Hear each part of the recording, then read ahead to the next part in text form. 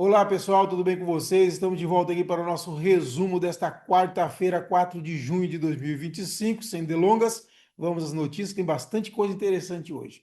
O Tribunal Regional Eleitoral do Tocantins informou ter designado o juiz Marcelo Facione, Silvana Parfieniuk e Rodrigo dos Santos para a comissão de retotalização dos votos das eleições de 2022. É aquela decisão do Supremo, inclusive, esse encaminhamento é resultado de um ofício, né, que o Tribunal Regional Eleitoral do Tocantins recebeu do Tribunal Superior Eleitoral, que fez essa determinação. E é aquela questão que vai colocar na Câmara novos deputados. A princípio, saem 7 deputados federais e entram outros 7. Do Tocantins, é assim, o que se tem divulgado mesmo é a saída do Lázaro Botelho do Progressistas para o ingresso do Tiago Dimas do Podemos. Agora, o ex-deputado federal Célio Moura tem feito uma leitura de que ele também seria beneficiado. Na versão dele, sai o deputado federal Eli Borges e ele assume. Contudo, eu sei que não gostam que eu falo isso, mas com os advogados eleitorais experientes que eu tenho conversado, eles dizem que apenas o Tiago Dimas seria beneficiado. Agora, vamos esperar. O Célio tem apostado aí, ele não tem dúvida, ele tem conversado comigo, não tem dúvidas que ele também vai ingressar. Nós vamos estar acostumados, vamos estar acompanhando. Agora, não há prazo para que isso ocorra, não tem uma data ainda definida quando os novos vão assumir, enfim, tem os recursos, né, embargos, enfim, recursos lá no Supremo correndo. Agora, inclusive tem um ofício do advogado de Podemos dizendo isso, que há medidas protelatórias, inclusive da Câmara dos Deputados, o advogado do Podemos diz isso claramente, que a Câmara ingressou lá com um pedido, etc e tal, e o advogado e o Podemos têm dito que é medida protelatória. Nos bastidores, o que se diz é que querem espichar o máximo que puder a Câmara dos Deputados para que os atuais que estão no mandato coloquem as suas emendas para 2026. E só então é que os novos assumem pelo menos esvaziado, pelo menos no que diz respeito à emenda parlamentar. Vamos ver se realmente é isso, né? Bom, com apenas um voto contrário, o Supremo Tribunal Federal derrubou a lei tocantinense que proíbe corte de água e luz em um prazo inferior a 60 dias, né? Quer dizer, o ideal não é o legal, né? Que era ideal, né? Enfim, nós temos um país com muitos problemas, mas a gente sabe também que as próprias empresas têm custo, têm dificuldades também, enfim, infelizmente, essa decisão aí.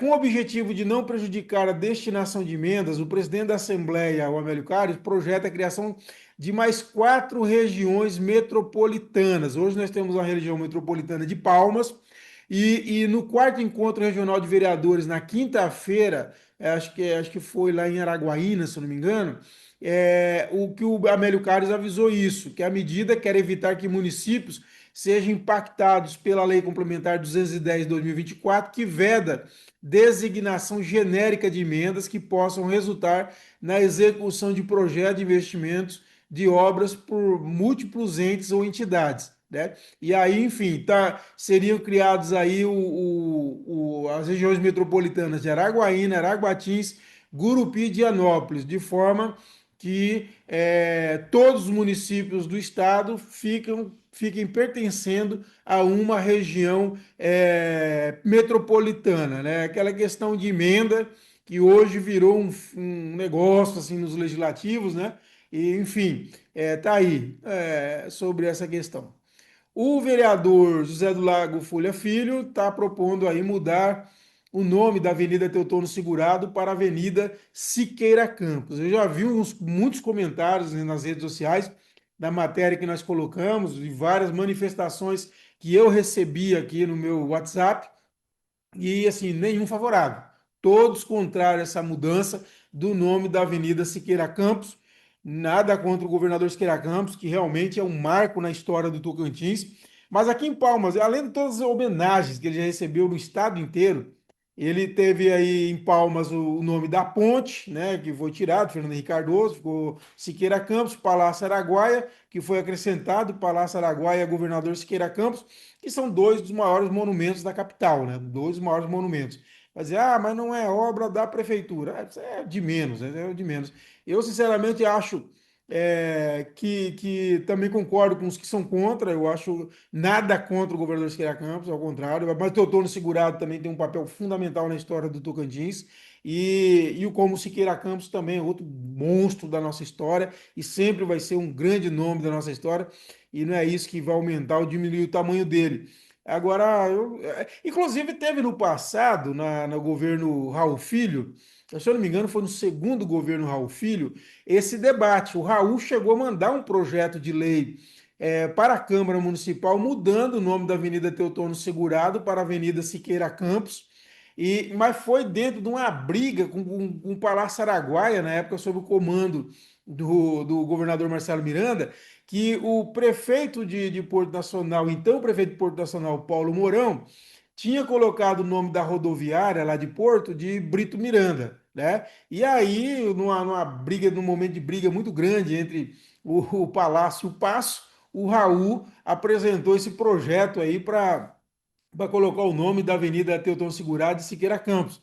Acontece que houve uma decisão judicial aí e que definiu que não poderia colocar nome de pessoas vivas em obras, em lugares públicos, né? E aí caiu o nome de Brito Miranda lá em Porto Nacional, na rodoviária, e aqui também acabou não se levando para frente essa história da Avenida Teotônio chamar Siqueira Campos. Siqueira era vivo na época e esse foi um dos motivos.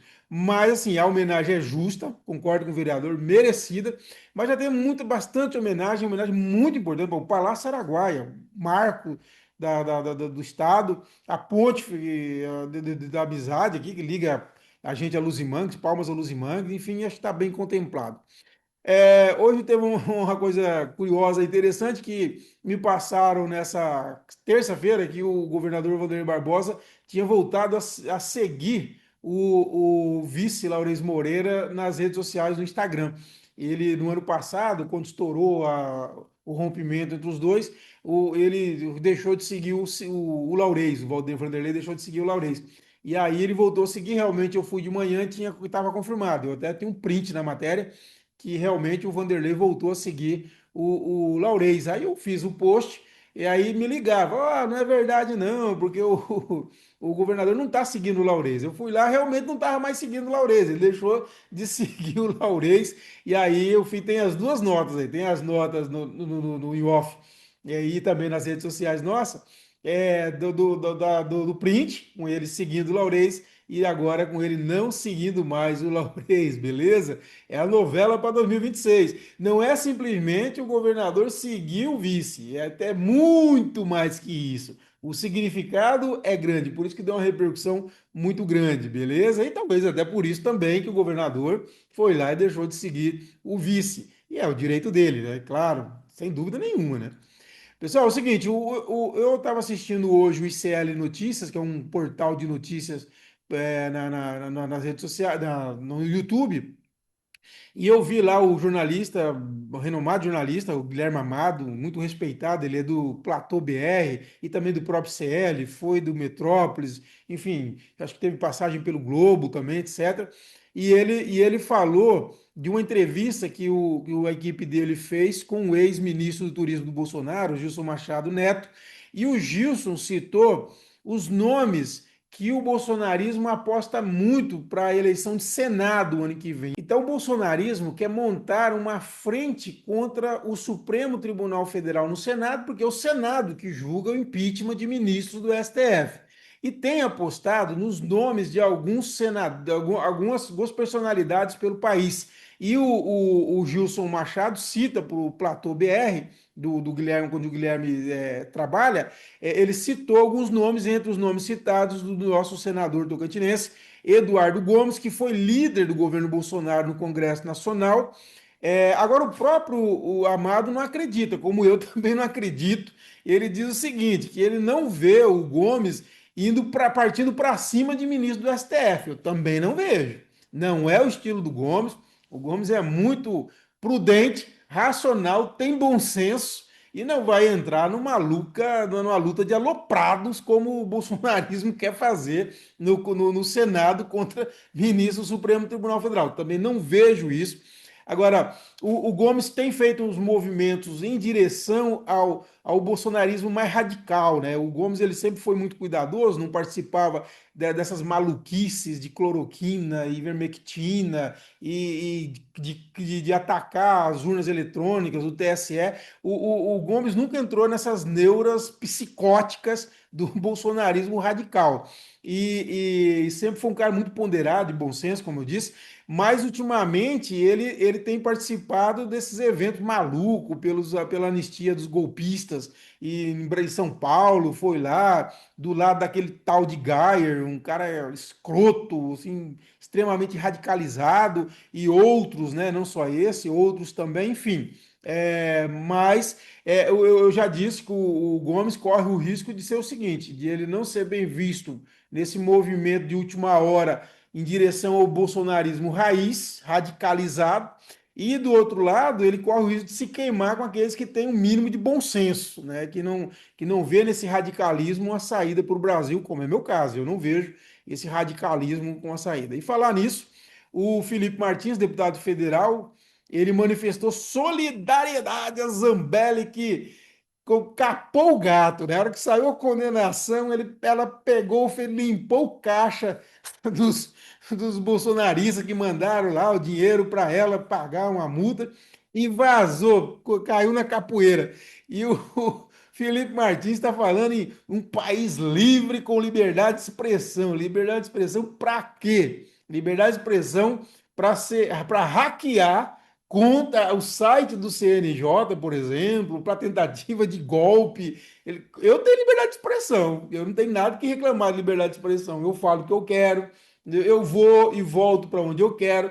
Agora, eu não tentei dar golpe de Estado, eu não hackeei o site do CNJ, eu não cometi crime contra a democracia, eu não ataquei o judiciário, eu não ataquei urna eletrônica e não estou pelo mundo pregando contra o Brasil e se dizendo patriota, né? Eu acho que essa senhora é uma maluca, irresponsável e ela teve o que mereceu. Mas o Felipe Martins diz que não, que ela sonha com o país de liberdade de expressão. Tudo bem, eu sei que o Felipe ele está falando com o seu eleitorado, que é o eleitorado radicalizado do meio evangélico, mas aquele meio evangélico mais radicalizado, e é para ele que está falando, não interessa se está certo, se está errado, ele quer ser aplaudido por esse grupo aí radicalizado. Enfim, é o direito dele. Agora, do ponto de vista da democracia, nós vivemos num país livre. Desde que você respeite a justiça, as instituições, a democracia, o Estado democrático, não queira dar golpe de Estado, você pode falar o que você quiser, criticar dentro dos limites da lei, você pode ir e vir. Né? Eu, como jornalista, eu não tenho que reclamar nada de liberdade de expressão no Brasil. Nada. Não tenho absolutamente nada. Quem tem é porque está cometendo crime. Quem não está reclamando da liberdade de expressão, a liberdade de expressão para cometer crime, para cometer racismo, para cometer crime de ódio, para esse tipo de coisa não tem que ter liberdade de expressão, porque isso é crime. Não tem liberdade de expressão para você cometer crime. Não existe isso. Enfim, pessoal, essa é a minha posição. Sei que muitos pensam diferente, respeito, mas graças a Deus quem define é a justiça e eu estou gostando do que eu estou vendo, não tem que reclamar, não. Eu sou muito sincero com vocês. Eu acho que golpista tem que se lascar, e não é pouco, não. E essa gente criminosa que está fugindo do Brasil como rato, como covarde, são muito valentes na hora de falar, na hora que a coisa pega, inclusive pega dinheiro dos coitados, dos incautos que manda dinheiro para eles e vaza no mundo aí, enfim. Ela entrou numa situação muito complicada, essa senhora. Ela vai ter muito problema e essa fuga dela pode não dar em nada, né? Enfim, eu torço para que ela seja presa e muito, né? Pouco não, tá bom? Espero que tenham gostado. Nós voltamos nessa quinta-feira. Um abraço a todos e até a próxima.